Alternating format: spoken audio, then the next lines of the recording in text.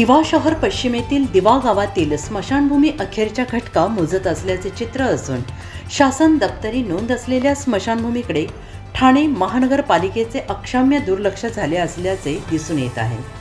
सदर स्मशानभूमीचा आजही नागरिकांकडून वापर होत असला तरी पालिकेच्या कोणत्याही सुविधा दिल्या गेल्या नाहीत। अतिशय बिकट अवस्थेत असणाऱ्या स्मशानभूमीसाठी अखेर दिवा ग्रामस्थांनी एकत्र येऊन लोकवर्गणीतून मातीची भरणी, लोखंडी बर्नर, सिमेंट चौथरा उभारला आहे। परंतु या स्मशानभूमीवर छत नसल्याने उन्हात आणि विशेषतः पावसाळ्यात नागरिकांची प्रचंड गैरसोय होते आहे।